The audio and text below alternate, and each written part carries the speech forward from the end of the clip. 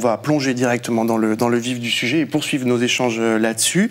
Nejma, comme je l'ai dit, il y a un appel à la grève cette semaine au sein de la CNDA des avocats, comme vous, Anaïs Lefort, mais aussi des rapporteurs. C'est un peu plus inédit parce que les rapporteurs dans cette institution, ils ne jugent pas.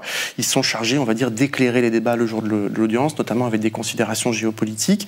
Et ces appels à la grève, eh bien, ils font suite à une enquête que tu as publiée dans Mediapart début septembre. Et son titre, il était plutôt explicite, on va voir. Tu parlais de pression exercée sur les juges. Les juges eux-mêmes, en fait, parlent de pression exercée sur leur travail. Une enquête, Nejma, que tu as poursuivie en vidéo pour L'air libre. Oui Mathieu, avec Bérénice Gabriel, on avait rendez-vous à la gare de Lyon pour rencontrer un magistrat de la Cour nationale du droit d'asile. Ce magistrat, je l'avais déjà interviewé lors de mon enquête. En gardant l'anonymat, il a accepté cette fois-ci d'être filmé pour alerter sur de graves dysfonctionnements. Parce que ça me semble être un sujet important. J'aime cette institution et qu'elle mérite mieux que d'être ramenée à ce genre de comportement. L'institution s'en portera, à mon avis, encore mieux si elle met de côté ces pratiques. Ce que ce magistrat appelle des comportements graves, ce sont les pressions qu'il a subies lorsqu'il a dû prendre une décision. Il se souvient du cas d'un exilé qui avait fui un conflit qui justifiait, selon les 3 juges qui siégeaient ce jour-là, une protection. Ils prennent donc une décision en ce sens, mais les ennuis commencent. On nous a demandé de revenir sur notre décision. Comment est-ce que ces interventions se traduisent?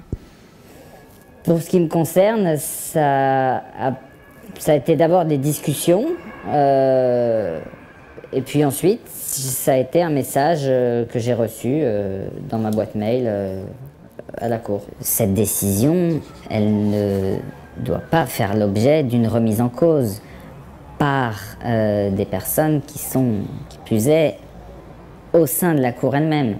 Cette décision, elle est ce qu'elle est. Elle peut ne pas être parfaite, elle peut ne pas être tout à fait dans la ligne, elle peut être différente de ce qu'elle aurait pu être, mais il faut la respecter pour ce qu'elle est, c'est-à-dire une décision de justice qui ne peut faire l'objet que d'une remise en cause par la voie de la cassation, c'est-à-dire aller devant la Cour suprême, le Conseil d'État, pour éventuellement critiquer en droit le raisonnement des juges. Alors, ce qu'il est important de souligner, c'est que le magistrat qui témoigne ici est président de formation, donc il préside les audiences. Malgré la pression, ce magistrat, en accord avec les autres juges, a tenu bon et n'a pas modifié la décision. Mais au sein de cette institution, il y a d'autres types de pression, moins directes et plus insidieuses d'une certaine façon. Oui Mathieu, et elle passe par un service qui est devenu désormais un peu incontournable à la Cour. C'est le CEREDOC, le Centre de recherche et de documentation de la CNDA. Son rôle, c'est de collecter des informations sourcées sur les pays d'origine des requérants, de les mettre à disposition des juges pour qu'ils puissent décider et qu'ils sachent si tel ou tel demandeur est en danger dans son pays ou pas. Ce centre de documentation, il est donc crucial pour les décisions. Il a pris de plus en plus de poids selon toutes les sources qu'on a interrogées.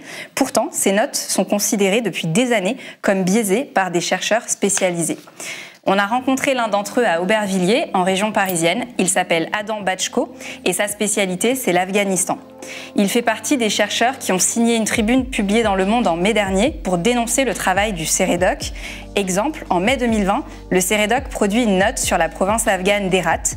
Elle y reconnaît la violence qui règne dans cette province, mais minimise immédiatement la situation.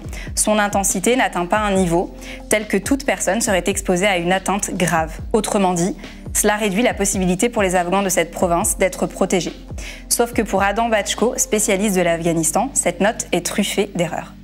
Bon, la note sur Herat nous a choqués par le fait qu'elle était elle était de très piètre qualité. Elle était de très piètre qualité. Elle disait quelque chose qui était une absurdité. Hein. Elle racontait une diminution des combats, alors que nous, dans nos analyses à l'époque, on voyait, et on s'accordait à peu près avec la plupart des gens qui travaillent sur l'Afghanistan de manière un peu sérieuse, sur un accroissement des combats. Hein. On voyait bien l'accélération de la guerre se faire en 2019 et en 2020. On voyait bien se profiler ce qui se passe aujourd'hui. Pas étonnant selon ce chercheur, puisque cette note n'a pas été rédigée par des spécialistes. Quand on a regardé le profil des gens qui écrivaient la note, on était en face de gens qui étaient pour les plus gradés et pour ceux qui, quelque part, visiblement tenaient le processus d'écriture, des gens qui avaient plutôt un type de profil de ce qu'on appellerait un rédacteur de notes au ministère des Affaires étrangères. C'est-à-dire quelqu'un qui fait des notes de synthèse, mais pas quelqu'un qui fait des notes de recherche. Elle était, en l'occurrence, accompagnée de stagiaires, et on se retrouvait dans un contexte où dans les trois personnes qui avaient écrit la note, aucune d'entre elles ne connaissait l'Afghanistan, mais aucune d'entre elles n'avait été formée aux méthodologies de la recherche. On n'avait pas quelqu'un qui avait un doctorat de sciences sociales et qui donc avait ce qu'il faut pour savoir quelles sont les sources à utiliser ou ne pas utiliser. Car les sources utilisées pour nourrir ces notes, elles aussi, sont controversées. Exemple ? Lorsqu'on regarde une partie des chiffres utilisés, par exemple là, l'UNAMA, c'est le nom de l'agence de la mission des Nations Unies en Afghanistan, hein, qui est effectivement grande productrice de données, mais qui de son aveu même a des données de plus en plus parcellaires hein, depuis la fermeture des bureaux régionaux progressivement à partir de 2014. Ils perdent en précision, ils le savent, et comme ils le savent, ils le disent. Le problème, c'est que la note, elle, ne le dit jamais. Les juges s'appuient donc sur ces notes du CEREDOC, devenues la référence absolue. On s'est procuré un mail interne rédigé par le responsable du CEREDOC et adressé au juge de la CNDA fin août. Il affirme qu'il est permis de conclure à la cessation du conflit armé et que par conséquent, demander une protection ne peut être qu'écarté, hormis pour les demandeurs de la région du Panjshir. On a montré ce mail à Adam Batchko. Voici ce qu'il en pense. Le conflit armé en Afghanistan se termine de manière probable, c'est vrai. Le problème, c'est qu'on est aujourd'hui exactement dans le moment de transition, dans le moment de grande incertitude, et il se pose une nécessité à terme, c'est évident, hein, de passer d'une logique de protection subsidiaire, c'est-à-dire d'une protection par rapport à la violence qui se déroule dans le pays en général, au retour aux conventions de Genève, à une protection qui serait adaptée à la menace sur les personnes en fonction de leur ethnicité, de leurs opinions politiques. Ce qui est terrible, c'est la vitesse à laquelle la Cour nationale du droit d'asile prend cette décision. Pour Adam Batchko, officieusement, le CEREDOC est là pour légitimer des décisions de rejet de protection. Et on se retrouve donc en fait dans une situation où en réalité les décisions de la CNDA ne sont pas liées à une analyse de l'Afghanistan ici, elles sont fondamentalement liées à une pression politique pour que la France évite de se retrouver face à ce que certains imaginent être un afflux d'Afghans. Et là à nouveau, il faut rappeler les choses. On n'a jamais eu d'afflux d'Afghans, on a quelques milliers de cas par an, c'est extrêmement petit. Les Afghans ne sont même pas la première nationalité en termes de demande à la CNDA, elles sont la deuxième ou la troisième. En tout et pour tout, sur la dernière décennie, on a accueilli en France 20 à 30 000 requérants afghans.